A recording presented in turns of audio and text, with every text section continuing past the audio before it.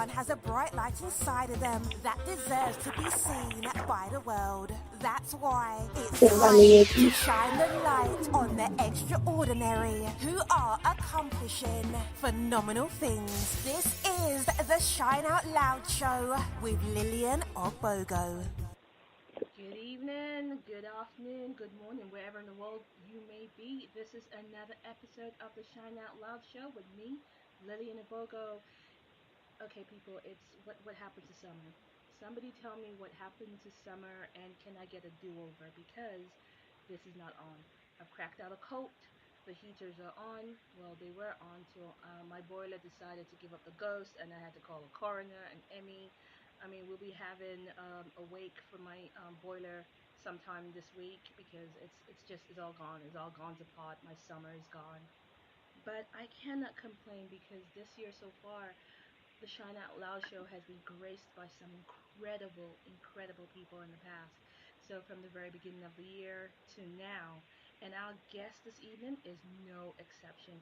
We have the woman who basically is the phrase you can have your cake and eat it. She's a poet, a filmmaker, she is a businesswoman, a food blogger, and most especially, this is a woman who is passionate about creating and sharing that creation with others. In fact, I don't think I can do her justice to fully define her in her entirety. So join me and welcome my very multi-talented, multi-ability guest, Lauren Kay. Hi, Lauren. Hi, thank you for that lovely introduction.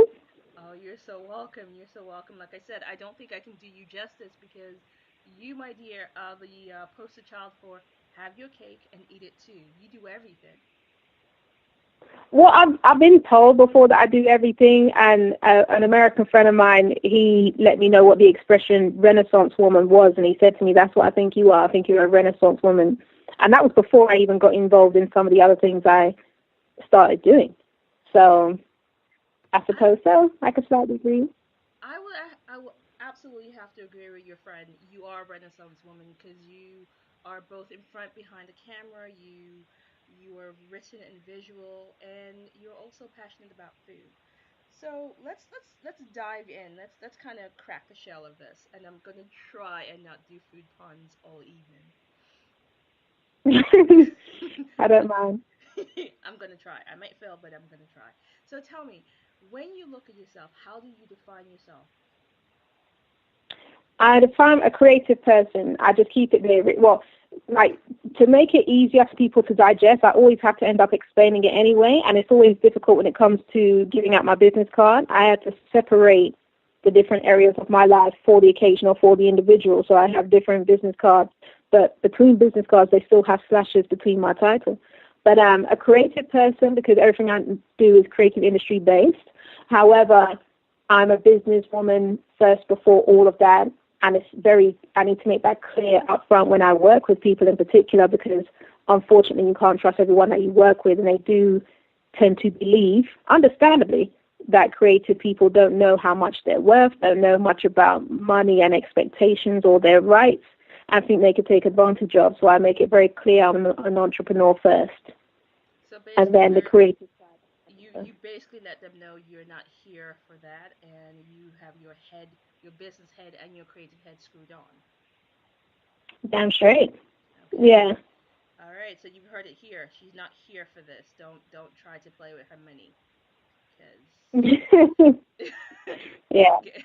But that's definitely how it gets around. Yeah, businesswoman, creative person, and whenever they say which area of your creative, activities do you get to most?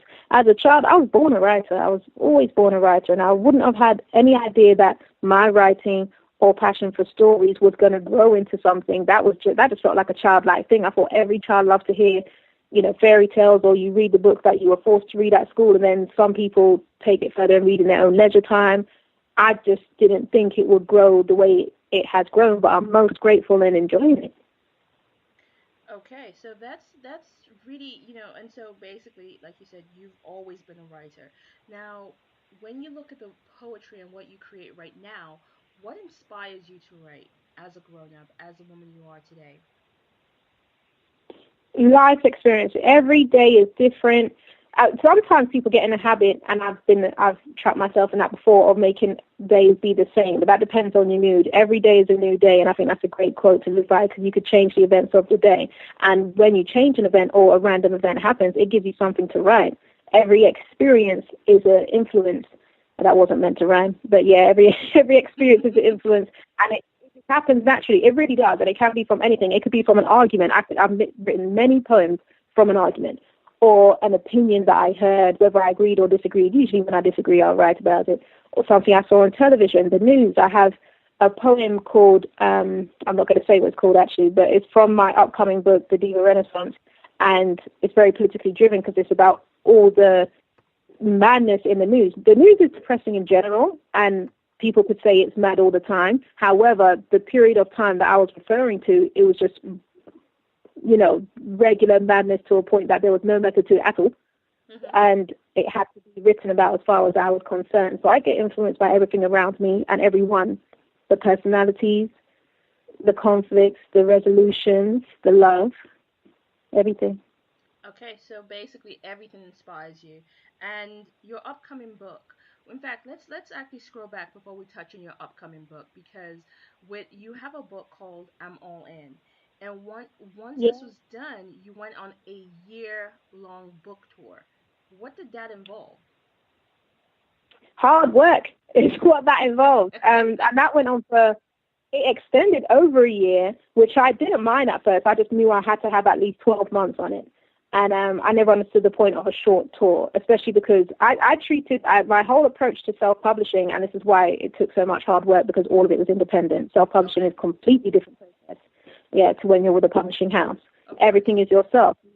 Yet you have to be your own promoter, your own publicist, your own manager, your own graphic designer. And graphics comes a lot into this, because you have to arrange all the graphics for your website, your flyers, your posters, the book cover. I designed the cover myself.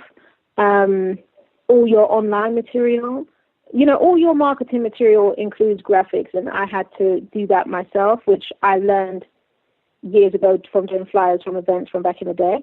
So I was fortunate enough to have that skill, but it still took a lot out of me, because I would want to just focus on what am I going to say, how am I going to present myself, just booking, travel, and accommodation. But then I'd have to focus on all the other logistics and admin that goes into it. But I was happy and fulfilled that I managed to reach many different places, not as many different cities as I'd hoped to, but that is very expensive. Again, it's self-publishing, independent, which means self-funded.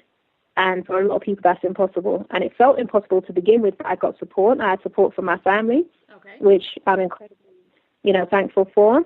And that took me to Brighton. It took me to Birmingham. That's my first time going Birmingham, which was exciting. Hertfordshire, and many people could drive to these places, but to do that for business was on a different level. And I got a lot of well received and several radio interviews. It was fun. It was a lot of fun, and sales, more importantly. You got now that if you're not doing that for the sales, you're creative, but you want the money too. Let's not tell a lie here. Precisely. You want the money too, but everyone knows creative industries is, and I've always said this, it's a feast and famine industry. It is. Unless there's so many creative roles that are corporate, where you could be hired by a big company to be, like a graphic designer, or be in the entertainment department with a contract. But then that contract does run out. The majority of creative work is freelance, and with freelance, you have to book everything as much as you can, get as much work as you can, and pitch yourself to others. And there's tons of rejection, and there's tons of downtime, and it's not for everybody. It's not for everybody, and you will be broke. You will not be able to pay rent or mortgage. So I say this to everyone: if you want to get in this, have a backup, have an investment in something, have a part-time job in something, or do whatever you can for a side hustle, because it will not pay all of your bills, but you have to do the best you can to pay your bills and profit from your creativity. Wow, Lauren, you know what? I absolutely love your honesty here, because you're actually saying, listen, it's great to invest in creativity, but you're also saying you need to eat, you need your rent paid, 100%. you need to do those things do the necessary to take care of yourself. And so when you look at the work that you've done, because we're looking at your book, and this was a year-long book tour. And for all those who don't know what your book is, please tell us a bit more. It was called I'm All In. What is the book about? I'm All In is a collection of my sweet and sensual poems, and it goes through all the different chapters, the 4 main chapters of love that I wanted to focus on. So there's one chapter called love, one chapter called lust, one chapter called loss, one chapter called loathe. And that came to me. I'm good with titles, but the alliteration came to me because it made sense. Like with loathe, there's a thin line between love and hate, and many of us have been there, so I cannot avoid that chapter. You have to talk about the good, the bad, the ugly, and the sexy. So no one could talk about love without talking about the sexy part. And a lot of people do mix up lust and love often, which is sad, but it happens. But I knew everyone would relate to it. I just wanted to, this was meant to be my prophet book, which is why it was the first release, which is what I learned from one of my mentors when I was researching self-publishing. They said, and I disagreed with this individual completely, but they said poetry books don't sell, children's books don't sell, which is complete nonsense. Children's books is a huge market. Oh, yeah. But he was saying, do a guide. That's what you should do. Do self-help books. They're the ones that sell. It's debatable. Like I said, I've done tons of research on it. It's debatable. Self-help books are easy to market. They're just easier to get out. But poetry, a lot of people like poetry. It is very niche. I won't deny that. And when I did do my tour, a lot of people didn't want me at their stores or didn't want me at certain poetry events or certain book events because they were like, that's poetry. But it was well received, and everyone loves love. Everyone's experienced it to some level. So the book was surrounding something that we could all relate to, all enjoy, or kiss our teeth at. There's some poems that make people think, oh, I've been there, or oh, I don't care about that, that's toppy. Oh, but I like that line. Yeah, I understand that. My friend went through that. My sister went through that. Oh, that reminds me of my ex. It sparks so much conversation, and people run up to me all the time and ambush me after shows when I perform, usually at the bar or in the bathroom, and run up to me and say, I like that one because of this, or you reminded me of this, and I feel like I connect with you, and I want to buy your book. And I sold a book in a bathroom one time. So. Well, because the book is about that human story. It's that element of we are all in this. We all recognize ourselves along the line. So I think that's essentially why that book will always touch someone. Well said. Yeah, it's human stories. You can't get no more humane than love. And I'm not concerned how soppy or corny that sounds, and because as far as I'm concerned with what I witness around me all the time, regardless of the individual or how cynical they may be, everyone wants to be loved, or everyone has appreciated that at some point in their life, even if it's just from a family member. Love is a very big thing. And like I said, there's the other side to it, and the ugly side, some things we may not want to speak about or address. One of my favorite poems in the book is about loving yourself. That poem is very important to me. I think that's called, it's called To the One I Love the Most, ... me. Nice. And it was imperative to me to have that, because there are so many people who ruin relationships because of them not loving themselves first. If you can't love yourself, you're not going to love another good enough, and you won't allow that person to love you good enough because you don't appreciate yourself. Self-love is the cause for a lot of bad behavior in a lot of people. So, and it could be avoided. It could be avoided once you address your issues. And again, like I said, there's different sides of love. So I didn't want to just talk about partnership. I wanted to also talk about the relationship you have with yourself. And it's okay to be single. I think that's very powerful, because that whole addressing self first, because a lot of times when we are told, go and find the one, go and do this, that person will make you complete, and this whole drive to say there's somebody out there that will make you better, and the fact is you have to be better, especially to attract that better person. Which is, it's really sad, but that's since the beginning of time, and across cultures also. There's not a single culture that I could think of, or across continents, I'll say, where the mentality has not been since, when a young girl is born, when they're told, oh, no one's going to marry you if you dress like that or look like that, or you need to be like this for the right husband, or marry that person because it's good for the family, or if they're old enough, why don't you have children? Why don't you have a child yet? Why aren't you married? Or, how dare you divorce? or it's just, I'm sure. Are you going to have just one what? Just one child. Oh, just one child. Oh, yeah. After you've had the first child. So when's the next one? And people put pressure. There's a lot of pressure on who you could love, when you could love. Sometimes love isn't even a part of the equation. People just want you to get married. And that's also a cultural thing. And it's unfortunate. And it would just be nice if we could have the chance to love ourselves.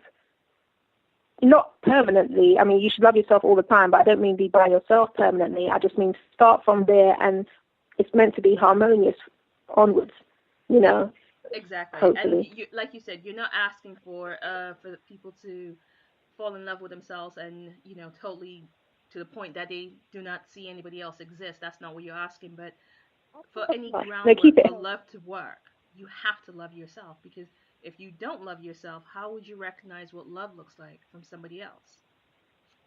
Yes. And like I said, when people are angry at themselves or hate themselves, they develop a foul attitude, that no one wants to be around, and they could, end up self-harming or just having arguments with their partner for no reason, but just because they don't feel good enough or worthy.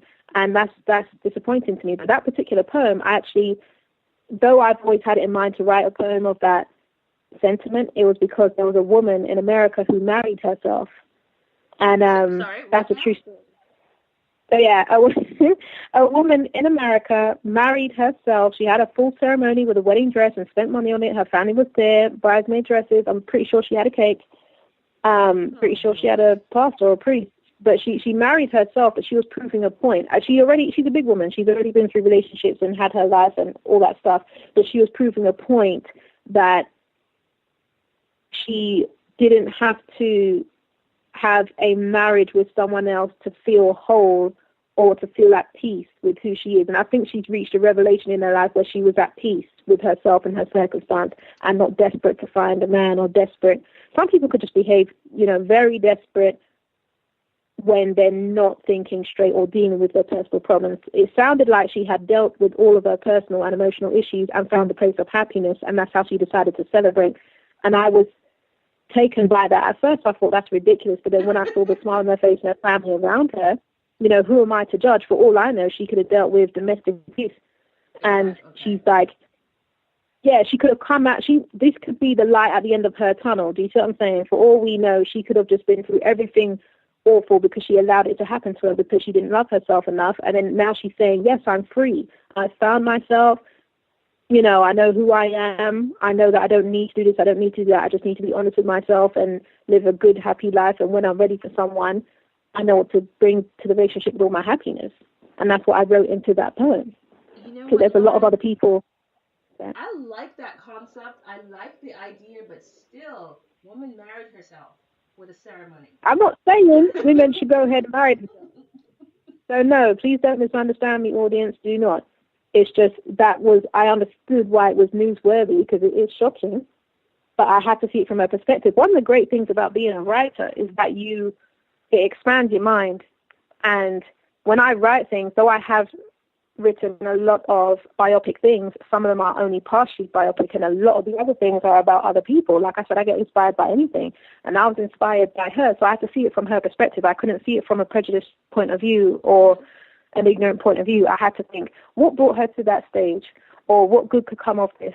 And it ended up being a very positive piece. And I made a card out of it for Valentine's Day, and I sold that card at my book launch. I was very, very happy and pleased. Awesome. Okay. Handmade, obviously. Yeah. Of course. I mean, no one would expect anything less from you, Lauren. Now, yeah. and that was a great segue because you also make cards, and one of the other things that you do that is absolutely fascinating is that you perform at weddings. You're not a singer, but you perform poetry at weddings. Yes. How did you get into that? Yes. That was because first I was invited to perform at a wedding one time by a friend of mine he's a promoter for artists and entertainers, and that's how I met him, because he had one of his artists perform at my Poetic Justice show many years ago. Then him and I stayed in contact, and he called me one day and he said, Lauren, I love your poetry. I love your poetry, and with that in mind, I would love for you to perform at my wedding. And I said, really? He said, yeah, I would. I was just really shocked because I hadn't been asked that before, and I had not seen a poet at a wedding, but I have seen many people do speeches that they wrote as a poem or tried to write as a poem. And no offense to them, but you could tell that they're not actual poets. They're just trying to be more entertaining. And I was very happy to do that. And I went on the stage, I performed, and I rocked it. And everyone stood up and gave me a standing ovation. And I got so embarrassed. I do get easily embarrassed and bashful. And a lot of the women were crying. And I thought, what on earth is going on? But they were crying. The word touched them that much. But what was important to me was that it touched the bride, because he wanted me to write something customized. It was like his vows all over again, but I wasn't at the ceremony. I was at the reception. But it was written from his perspective to her. And him and I spent a good while on the phone, because I said, what do you want me to say? Because I said, you want it to be like vows? And he said, yeah. And it made her extremely happy. And then I took that further, and people were asking about me from the wedding. And then I got invited to another wedding a while after that. And then it became a recommendation. I thought, why not add this to my services if it's going to make me more money? Going back again to profiting from your creativity. So I thought, if this could make me money, why not? And it's fun. Weddings are fun. When organized well, weddings are fun. Oh, yeah. When organized very well, weddings can be fantastic fun. And, I think let's circle back, because we've kind of touched on this money thing, and we were slightly glib about it. But let's touch on this, because there is this idea, especially in, again, I'm going to speak about the Black community and talk about how we view ourselves as artists, especially for women. There seems to be a reluctance to ask for what you are worth. There seems to be a reluctance to say, damn it, I am worth X amount, and I should be paid that for the services I provide. What is that about? As a creative, what do you think that is, especially for women creatives? Oh, well, unfortunately, it is the industry of so-called anything goes. And it's also the industry of ludicrousness. And by ludicrousness, but I mean where people get an obscene amount of money for something like Christina Aguilera, regardless of her not coming into this conversation in a way that may make sense. But with her, she got paid just under $3 million to perform at some Russian billionaire's wedding about 10 years ago. And I was like, did I hear that correctly? $3 million. For goodness sakes, you could feed a starving nation, but you would pay a pop singer $3 million to perform for less than 25 minutes. That was ridiculous. But it's the industry that we're in. How your name, depending on the name and influence that you have, and the bank of the people asking you, like that was a Russian billionaire. She's not going to get that from a rich child in Beverly Hills. They're not going to pay you $3 million. But they're not. But Daddy might pitch up. Daddy might pitch up for that. You never know. No, they won't. Here's a very good example. Super Sweet 16 meant a lot to me, and that helped me with certain work that I was doing at the time. And with Super Sweet 16, they started to get celebrities to come on the show. One of the girls ended up booking Ciara. Ciara was like 1 year into the industry by then, but we all knew who she was because she had 2 hit songs. Right. The girl originally wanted Beyonce. I did not want to be quoting people's names throughout my interview, but here I am. But she wanted, her, and then Beyonce's team said over 30,000. And the girl got very upset. She was like 30 grand to perform 3 songs. And her dad was very rich. He owned a chain of clubs across the state.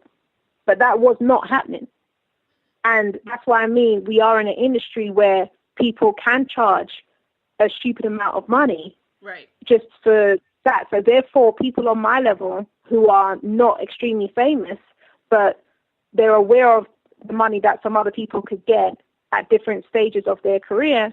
And sometimes, you see, when you said knowing your worth, it is very important to know your worth. However, what you value as your worth is not necessarily what they value as your worth. There's a conflict of interest there. And some people are just not realistic. And by that, I mean on both sides. Sometimes it's the artist that's not realistic, and sometimes it's the customer that's not realistic. And that's where there's a conflict of interest, and you have to negotiate. It does take a lot of negotiation and a lot of irritation, as a matter of fact. And it does become very difficult to charge. It really does. And I do understand that. And a lot of the time, you're you're performing because you want to. Some people just want the fame, they just want the glory. So therefore, they would take on a lower charge just to be seen in that environment. Right.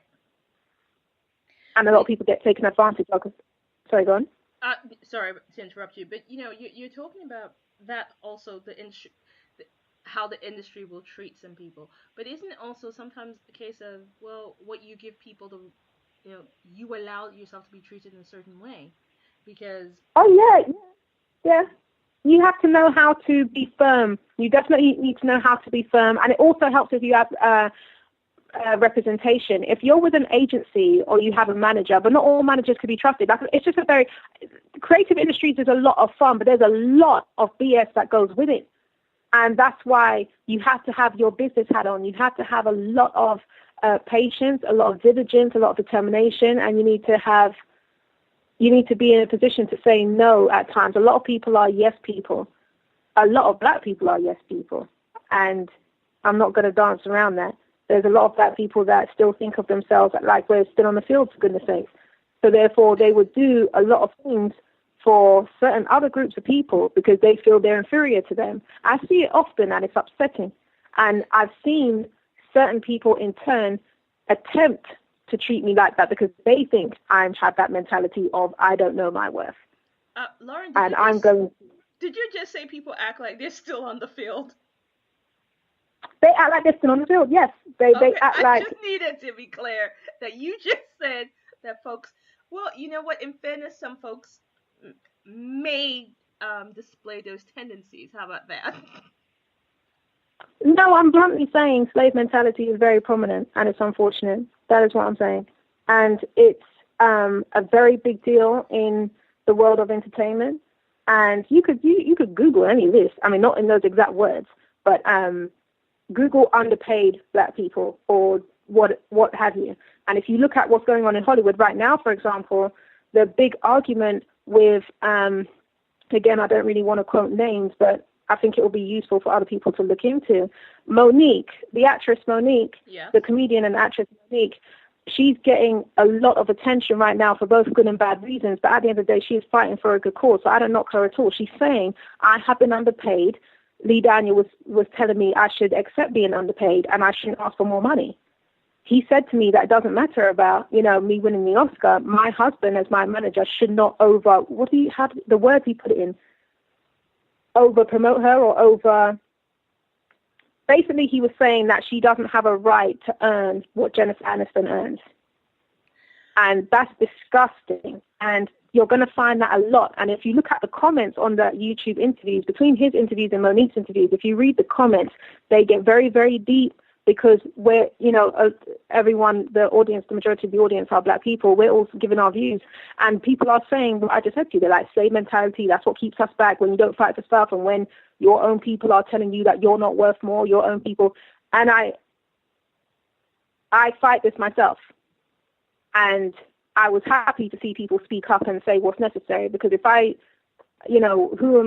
not going to be in the millennial age to be underpaid and not fight things that our ancestors fought before us. Well, I don't have time for any of that, and I definitely don't have time to be polite about it. Be fair, pay people what they're there to be paid for, or don't even invite them. Okay, Lauren, to that I simply have to say this. This is...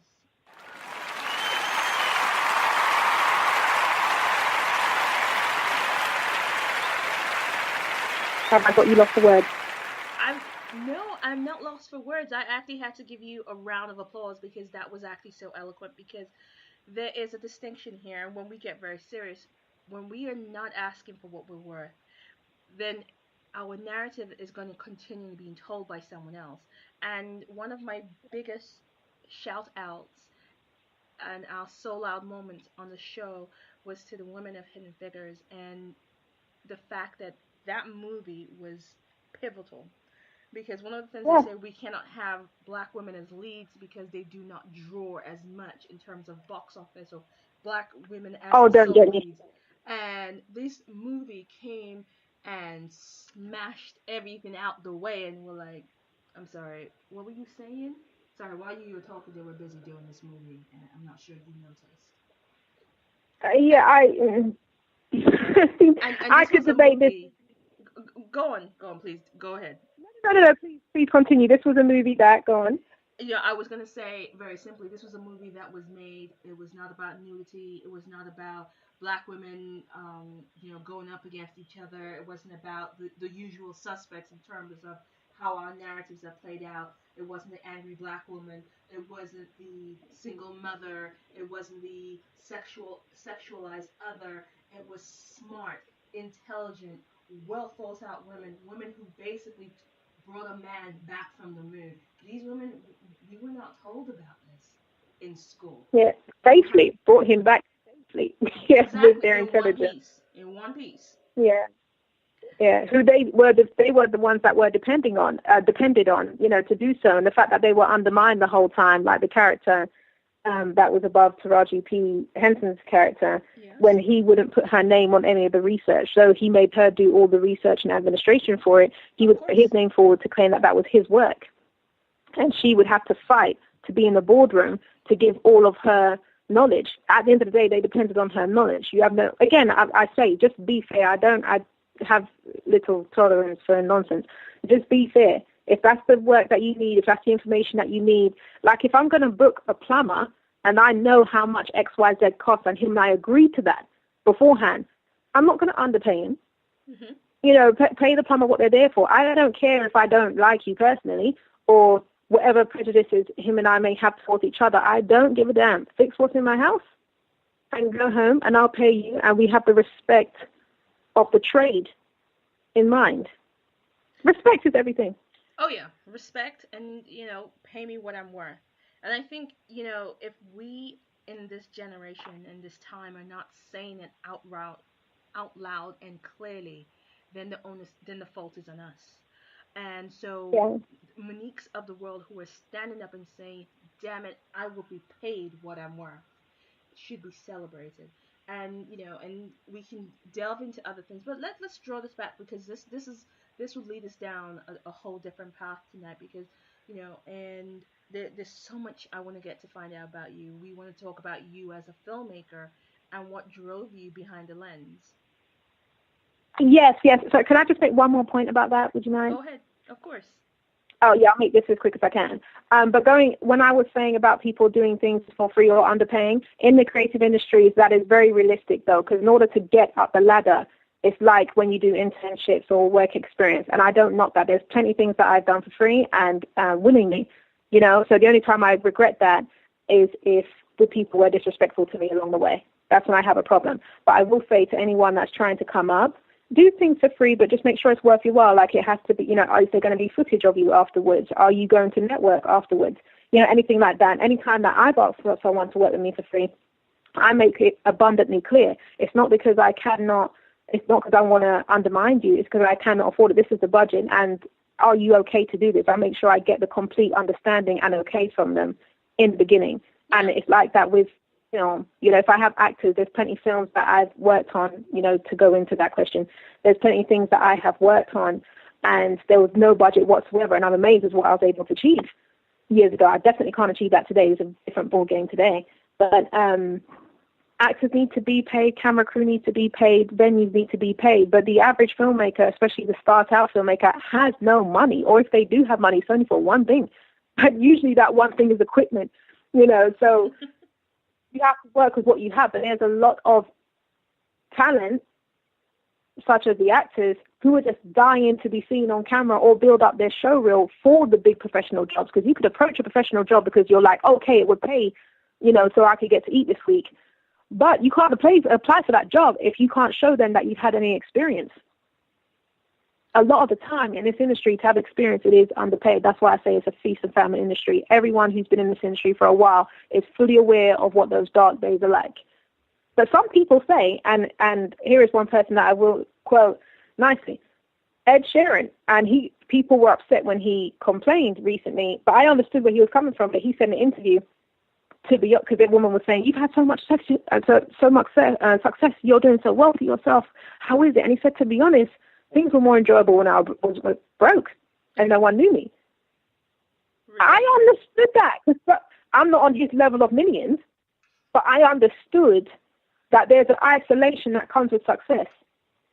and there's a demand, and then it takes away your creativity. You need to be business, business, business all the time. Please that person, and change yourself for the mainstream market and do everything corporate. And they're not understanding your creative drive.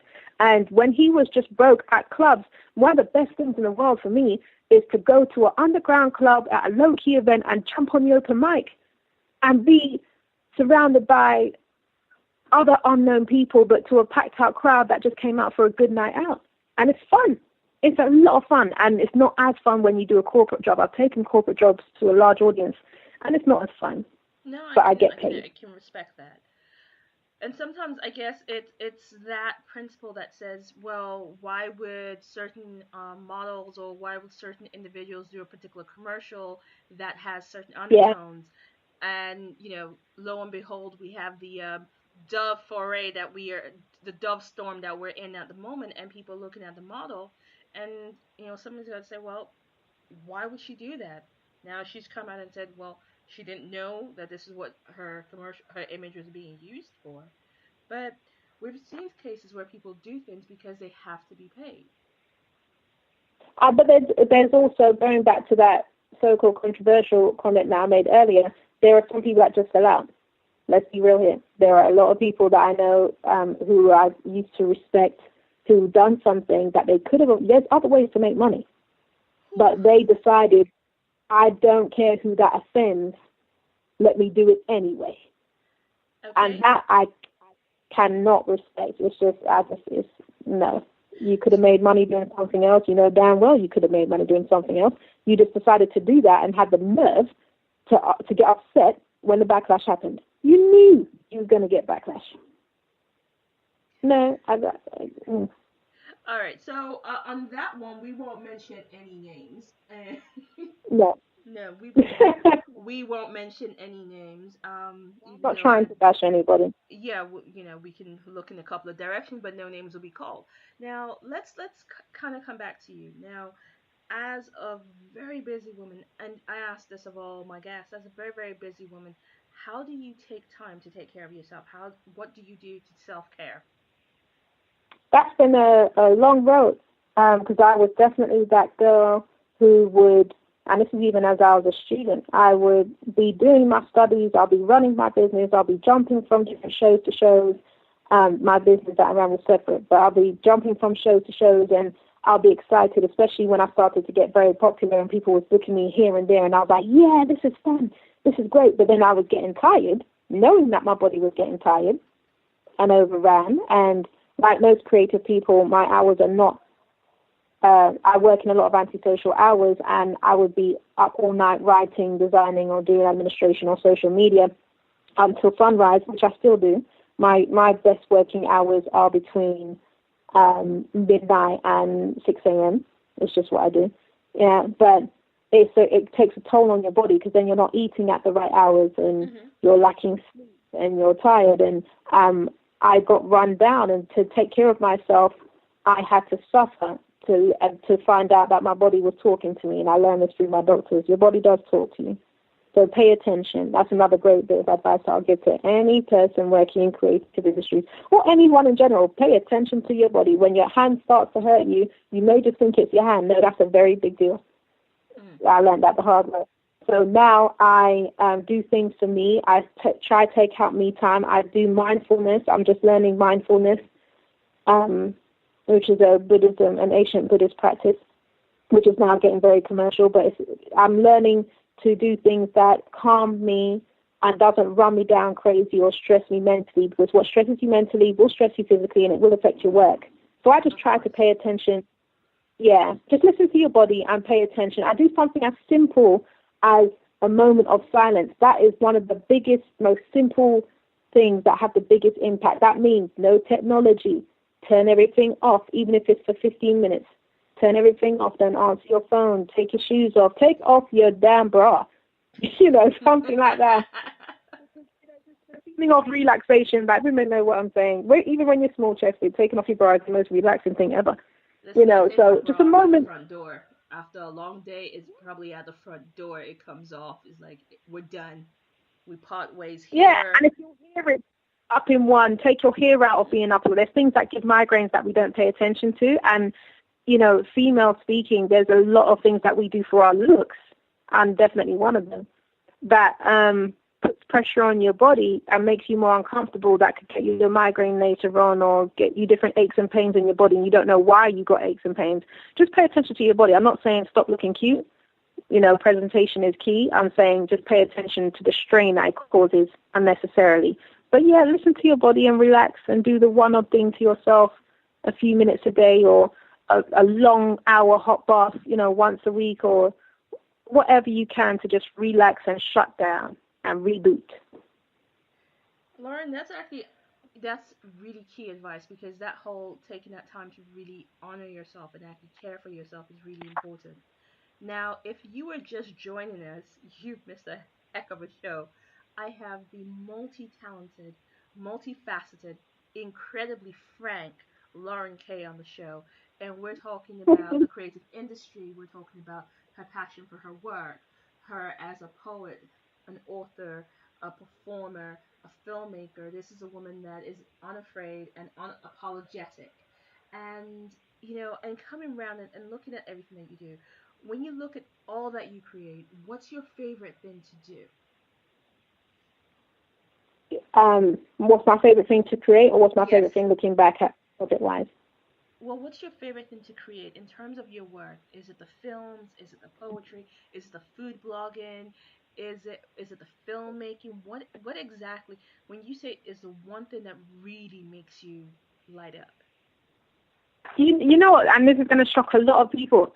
My food blog is my salvation. Like, my word. I did not think, because I was so anti-blogging, because most things I just don't follow trends. I just think I turn my nose up at a lot of trends, because I just think there's no need to jump on something for hype, Right. So, but so I was extremely late on that bandwagon, and I got involved just because, well, first, anytime I do turn my nose up at something, I think to myself, Lauren, don't be judgmental now. Look into it, have an open mind. So anything that I turn down, I always end up looking into, just for the sake of trying to give the benefit of the doubt. So I did so, and then there was a food competition. Anything got to do with food, I'd jump on board. And they were going to pay us to do a food blog for a week of absolutely everything we ate throughout each hour of the day. And then we had to attend a research group. And I did that, and I won. And I was like, I won! It meant so much to me. It meant so much to me. I thought, I should keep this going. I love to go to restaurants. I go all the time. I love to cook. And, I get to write. It meant a lot to me, and especially because I did study hospitality, then stopped hospitality and catering, and then I stopped studying it because I had a bad experience. So it brought me back to that, and I felt, it wasn't a waste. It's nice when life comes full circle. And I got into it, and I just kept writing, and then blog. I don't blog as frequent as some of the other magnificent bloggers out there, but every time I post a blog and publish it, I get so much joy that, to me, it's like, when you just train forever to do a marathon and you didn't think you could do it, and then you finally cross the finishing line. That's how it feels for me, because of the personal path that I had with the hospitality and catering, and then the doubts that came into me ever doing a career out of the food industry. And the fact that I am making something of it feels wonderful. And it just feels like an achievement every time I press the publish button. Oh, that's cool. And, so that's actually, that gives me the most joy. Everything else is pleasant and nice. I think second to that would be the poetry, and I mean that on both terms of writing a poem to perform or writing a poem for a card. Making the cards, that does please me a great deal. Anytime I make a card for someone, because greeting cards I wanted to get into since I was a child, and when people cry, or when people text me and say, oh, my wife is crying, she just got your card. Like Mother's Day, a Mother's Day card I made for a new mother. The husband, he would text me to say that she just looked at it, she's crying, thank you so much, you're a godsend. Though you can't buy those words. That feels tremendous. So, yeah, the fact that I made that card for them, and a lot of the time, though they get a pretty design, it's the words that they like. They always praise the writing. So that feels great. And when I perform my poetry, it feels, there's not really a word for it. It's just a great feeling. Film-wise, sorry, to answer that question, Yeah. Well, With film, I like film and it's fun, but there's a lot of fun that gets when I'm behind the camera and I'm directing. Like that's the SHIT. But before you get to press record and say action, there's a lot of preparation that goes into it, and there's a lot of waiting, and you're worried about money. It gets frustrating. It's not as fun. But when you finish the product, it's very rewarding. But the process is not as fun. okay. Well, so we know what exactly sparks your passion, and we know that even though film is actually one of the things that you thoroughly enjoy, it is because of the situation and because it's a bit tasking. And that actually comes to a good question because, as a woman who is behind the camera, as a black woman, what is your greatest challenge as a filmmaker? I find every single filmmaker knows that it's money. It is, So, and it's very annoying when something is so dependent on money and dependent on people, which is why it's not at the top of my list that I just gave you of my favorite activities. It's at the bottom because I have to depend on so much stuff to get it done, and I just want to complete a task. But when I am behind the camera, I'm getting things done because it's me that's moving it along. But the most challenging thing outside of money would be the politics of the industry, without a doubt. And I stopped making films. Like I haven't made I've done the odd little video project, but I haven't made a film for a few years. And I've been focused on publishing more in the business, entrepreneurship more, because I was getting very disheartened with film. I was getting very, very angry with the way the direction was changing. And it does go back to what we were saying earlier when it comes to payment, and then the argument of, are black people worth this, are black people worth that? And there's all this nonsense in the news about black people can't sell a film. And yet I can list out 5 films to you that have been number one in the past 10 years. So, and believe me, 5 films in 10 years is a big deal. So and I mean that regardless if it's a black film or not, but the films take a long time to get money. So it's just, I don't like all the politics and how now everything is so much more racial than it was 15 years ago. And I don't want to focus on race.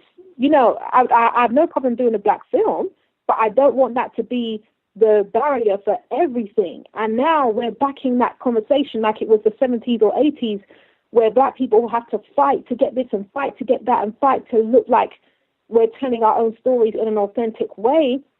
Or even if we don't want to do a black film and we want to do a film that's mixed, it's seen as, but a black director can't do that, so therefore this studio isn't going to fund it.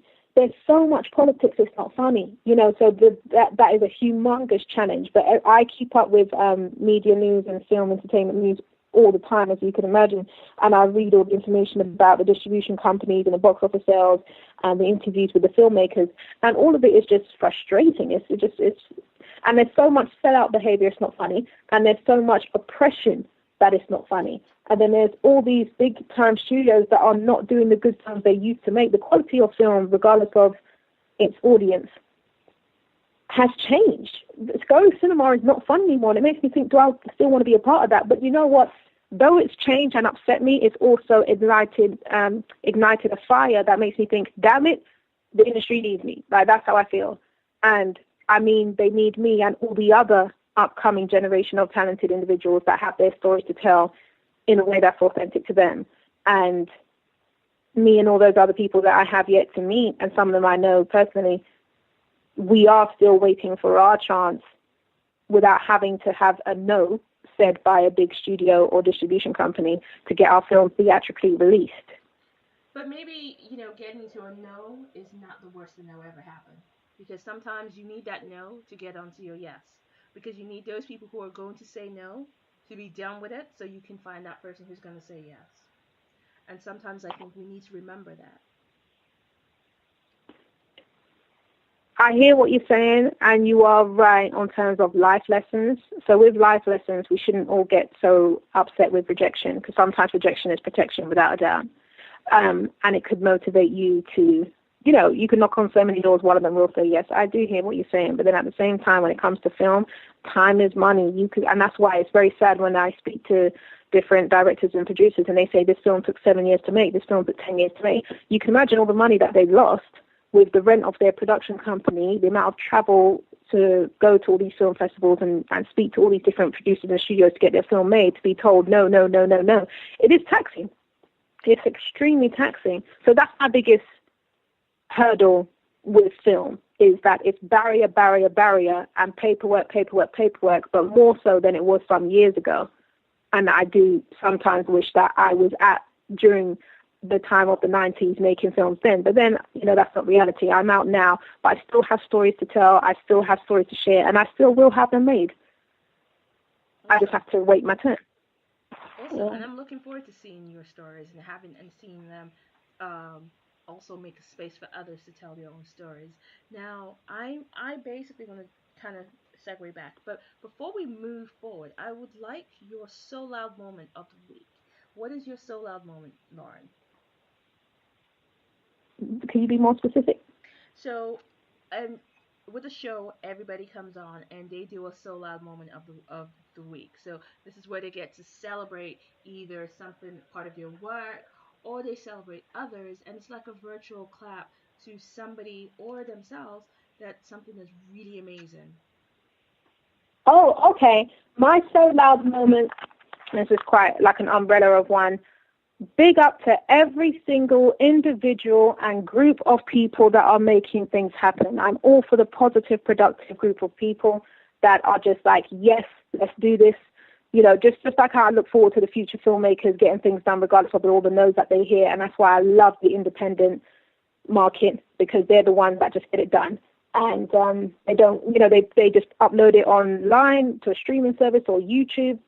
I have a So Loud moment for all of the new entrepreneurs that's come out in recent years, like specifically the past 2 years, that's making beauty and hair products by Black people, for Black people. That makes me feel extremely elated and proud. I would love to one day go in Superdrug or Boots and see the same amount of options that I see for white skin, for Black skin, or everything in between. I would love to see an equal option. And the fact that there are between 32 and 35 Black British brands, yes, that are new, and they're budding entrepreneurs. So that my So Loud moment is for those people that are creating things and getting things done in the most positive and productive way. And everyone breaking barriers and making history right now. It's amazing. There's not enough shine on it, but thank goodness for the internet. And I'm happy for those people. I'm happy to be a part of that. Awesome. I think that's actually very important, and I think that makeup conversation is going to spark in itself another conversation, because with Rihanna, what Rihanna has done with Fenty and making a lot of other brands a little nervous, because she's actually made, I think, diversity speaking on a diversity basis, she's made makeup for every person on the planet. She's tried to cover everybody. She was inclusive, truly inclusive in her brand. She was truly inclusive, and I agree with you. But again, this goes back to what I said about film, because all of it is entertainment and media and coincides. She's not the first. Iman done it 20 years before her. And this is why I say we have regressed, and it feels like the 70s and 80s all over again. And I do wish that I was an adult during the 90s, so that it could just be a more peaceful, normal time. But because we've regressed, it's a shock, and she's shaking up the industry where she shouldn't be shaking up the industry. She should have been coming at a time where I love everything she's doing. She highly impresses me. I'm a new fan of hers. When I say new, I mean like the past 5 years. She's been out for a long time now. But the past 5 years, I've been pro Rihanna. But when Iman was doing it, that shook up the industry. That was like, wow, I can't believe it. And the fact that she was fashion. Iman was from the industry. It meant a big deal. But Rihanna is dealing with the younger generation, because unfortunately the younger generation needs it because it no longer exists. I guarantee you, my younger siblings don't know who Iman is, and do not know Iman Cosmetics, and probably don't know Fashion Fair. Because Fashion Fair, you could only find, pardon me? No, I was going to say, but is that really a fault of the brand, or is that who your target audience is? Because Iman is still out there doing their thing. Fashion Fair has always been there, and it's actually... Oh, yeah, Fashion Fair is still around. Oh, yeah. No, it's not a fault of the brand. I'm not blaming the brand at all. I'm saying today things have changed, and it's because of the conglomerate companies that have changed that, and the marketing agencies that have changed that. The accessibility, the broadcast has changed intentionally to make it like, okay, we no longer want this. You can no longer see this. And that's why you don't have, television programming isn't as diverse as it used to be, which people are still arguing about online all the time. And I understand why they are. So it's the same with makeup. Like I said, media, it's all media at the end of the day. And but with Rihanna introducing it for the younger people that didn't get what I had, when I started to understand it, I still don't wear makeup, but I understand it in all the brands. I'm happy for her doing that for them. I was very happy when I saw the Muslim girl with her hijab and the makeup on. I was happy to see that. I was happy when she had the mixed race girl, when she had the pale black girl, when she had the very dark black girl, when she had a girl whose race I can't identify. But why can't all adverts be like that? It's still odd and hilarious to me. But yes, big up her and everyone else doing it. But Exactly. she has the money to do so. I'm happy. I'm giving my So Loud moment to the people that started this in their living rooms and kitchens, last year, trying to change things and selling them at market. There are plenty of those, especially in the UK. And I think if we're going to give a big So Loud moment, I think MDM Flo in the UK is one of them. She started in her parents' garage. Okay, good for her. Exactly. I love to hear. There's these two young girls I found out about. They call themselves Beauty, but spelled, I think it's BYOOTI.com. And there's these two young sisters, African sisters, who have a shop in Brixton. It's either an online shop or they're from Brixton. But either way, if you go to the website, they are these, young entrepreneurs who have their retail up to sell all black skin, hair care, and beauty products. And it's wonderful. It makes me feel proud, and not just because of what they're doing, because there's so many entrepreneurs and many people are forced to be entrepreneurs because of post-recession and everything, but because of the accessibility. I just want the accessibility to go and to be back to normal for the sake of equality and everything. It's just a fabulous thing. Yeah, okay. Well, awesome. Thank you so much for that, Lauren. And now we've had some questions come in, and one of the questions is really about you as a food blogger. And the question is, when you dine out, do you get to enjoy just eating your meals, or are you actually eating critically to kind of go, well, this needs to be this for your blog? I do both, but believe me, every time that I eat, I'm eating to enjoy myself. Like that's I have to enjoy it. I eat with greed in mind, and yeah, and that's even if it's at someone's house or my house. I would have 3 courses because I happen to eat in excess. So I'm lucky enough to have a high metabolism. Otherwise, my health will be in a lot of danger. But I do eat for enjoyment. But I know that I'm there. When I'm there to actively do an assignment, I'm there to do an assignment. But I'll make sure I enjoy my food. I want to smile afterwards. I want to feel pleased. I want to think, yes, I will go back here. And every time, especially when it's an independent restaurant or someone that's brand new, because I always want to support. I'm all about supporting others. If they're a brand new restaurant, I really want them to be really good so that I could mention them to others and they get sales, and I promote them on my blog willingly. I want them to be wonderful. But I am critical, without a doubt. I'm very much a stickler for customer service, the environment, and cleanliness. The place better be clean. Here, I'm with you on that. Now, on your book tour, this 1 year incredible book tour that you did, what was the best place that you ate on your book tour, or your favorite thing that you had? That is a hilarious question. You know what? I really wanted it to be Birmingham. And because I had a fantastic time. That was the best place that I stopped at for my book tour, but the food was rubbish. From the hotel, and I'm not going to say the hotel because they were lovely customers, the people were absolutely lovely, the place was lovely, but the food flopped. And that's the thing that stands out to me most food-wise. So I'm trying to think, what did I enjoy? I think the only thing I enjoyed was when I picked up, what I will say, on the way there, I had a slice of cake. Okay, from where? I forgot. It was the best slice of Madeira cake that I ever had, and it was only 99p. But that was just such a beautiful, moist. The texture was on point. The sugar wasn't too much, but it was very much sweet. Oh, I remember that very, very well. Yeah, I stopped at a lot of bakeries. I have a lot of cake and things like that. Brighton had a lot of great places for cake and cookies and ciabatta. I was impressed with that. A lot of the time when I stopped somewhere for a book tour, I was also doing a food excursion. Okay. Yeah, that's the most I could say. All right. So what about our fair city of London? What do we have to offer for you in terms of food? On what of London? Our fair city of London. What about the food Fair in London for you? Oh, London has so much to offer, as we know, and food has become such a big part of pop culture now. So there's so many places you could go. I love seafood. There's so many more seafood places now. Unfortunately, a lot of the places that I liked and thoroughly enjoyed have shut down. I did really like Lorca Day. Lorca Day is a outlet. They have like 3 different concessions now. They're in Westfield, but the Shepherd's Bush Westfield one is my preference. They had some fantastic cocktails and cake. I had a pistachio cake that I really enjoyed. The Italian restaurant, I love Italian food. There's one on Charlotte Street. I forget the Pescatori. That's on my food blog. I recommended them for Valentine's Day a few years back. I like a lot of places that just cook nice food, seafood, and when they thoroughly cook steak the right way. Oh, okay. So, this is a big question. What is the right way to cook steak, madam? Steak, for me, and see, this is very debatable because I know there's a lot of people that's going to argue. Everyone likes steak different, so I accept that, people, okay? I like my steak well done.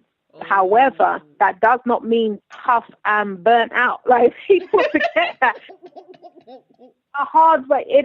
There is a method to cooking. This is why you can tell who's a real cook from who's not a real cook. Don't get me wrong, I still burn stuff myself, but it's because there is a fine line.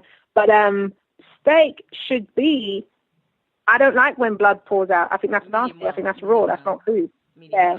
But, that's a very typical black thing to say also. Yeah. But thoroughly cooked, sanitary, no blood. I just want the juices of the steak. Oh, that's what would stop it from burning out or being tough, is when it still has its juices around, or if you put, extra gravy or what have you when it's cooking. It should be moist and like a crispy outside, but, soft on the inside if you can, and nice and brown and seasoned well.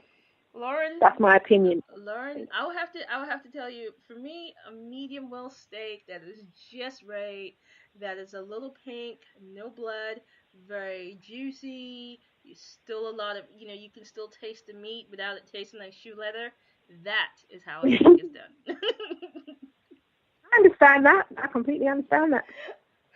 Oh, Lauren, I do not believe we've actually gone over time, and we have yet to fully touch on everything that you are. So I think we will definitely have to look at getting you back on the show at a future date.